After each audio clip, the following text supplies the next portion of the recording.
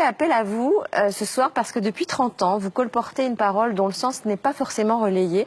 C'est un petit peu comme si cette vérité était taboue. Tous les hommes et les femmes qui vivent sur cette terre, Yves Coppens, viennent-ils de la même souche? Absolument, absolument.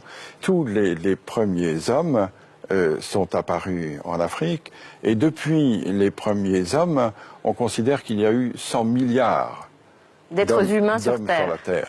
Et les 100 milliards, comme bien sûr les 6 milliards d'hommes d'aujourd'hui, viennent tous de cette souche, de ce berceau tropical et africain. Tous nos ancêtres étaient africains. Tous nos ancêtres étaient africains. Nous sommes tous africains, Karine. Bah oui, moi je le sais en revanche. Ça veut dire que tous nos ancêtres... Je suis comme vous, je suis comme vous. Ça veut dire que tous nos ancêtres, Yves Coppens, en Afrique, il y avait du soleil, tous nos ancêtres étaient noirs?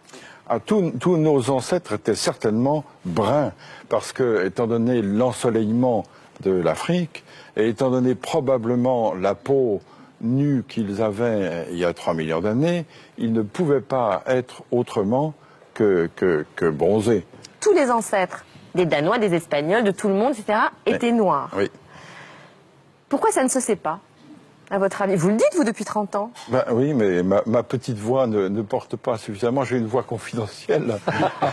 J'imagine la tête du monsieur hyper raciste qui est en train de regarder, qui fait non. Pas vrai. Oula, demain, vous allez avoir du courrier. Yves Coppens, en fait, les humains, enfin les préhumains sont partis dans différentes directions depuis l'Afrique. Et puis, pour s'adapter au climat, pour s'adapter à leur environnement, ils ont déterminé des traits qui étaient le plus adaptés, c'est ça? C'est ça. C'est-à-dire que les humains, à partir de 3 millions d'années, à partir du moment où ils ont eu la culture, à partir du moment où ils ont eu la conscience, tout ça, ça a 3 millions d'années. Petit à petit se sont déployés et ils ont atteint d'autres climats et petit à petit se sont adaptés à autre chose. Par exemple, pour aller en Asie, ils ont dû traverser des montagnes très très hautes, très ensoleillées, et donc petit à petit, leurs yeux se sont adaptés, c'est ça? En effet, l'œil bridé pourrait être dû à une sélection naturelle de ceux qui avaient la capacité d'accommoder plus que d'autres, parce que chacun sait qu'à de fortes altitudes, la luminosité est insupportable. Et comment est-on passé du noir au blanc?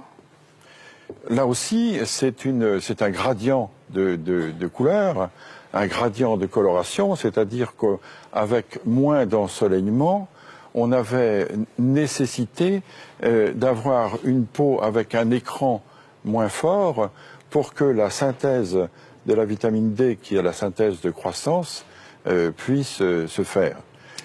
Donc par sélection, ceux qui n'avaient pas la vitamine D, donc les plus noirs, sont restés soit en Afrique, soit se sont éteints. Et ce sont les de plus en plus blancs qui ont pu survivre. C'est une sélection qui s'est faite du noir au plus clair.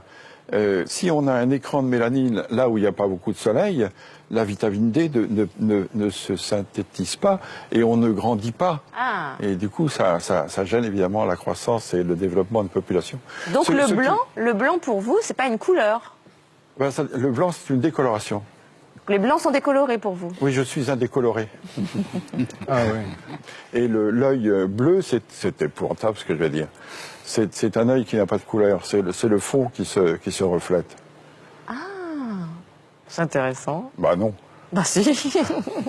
Merci beaucoup Yves Coppens. Et je voulais ajouter quelque chose qu'on ne sait peut-être pas assez. Vous savez qu'aujourd'hui, les 6 milliards et demi d'hommes qui sont sur la Terre sont 6 milliards et demi d'Homo sapiens sapiens. Or, dans la classification, notre classification scientifique, le genre Homo, c'est le genre humain. Le premier sapiens, c'est l'espèce sapiens, et le deuxième sapiens, c'est la race. C'est-à-dire on est tous Homo sapiens sapiens. On peut être tous racistes, ça n'a pas d'importance, puisqu'on est tous de la même race. Donc il n'y a qu'une race. Ah oui, il n'y a qu'une race. Oui. Donc scientifiquement, Yves Coppens, les races n'existent pas.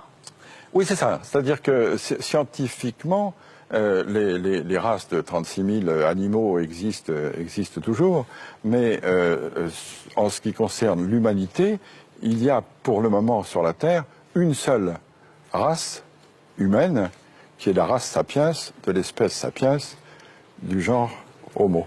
Merci beaucoup Yves Coppens. Merci beaucoup, José.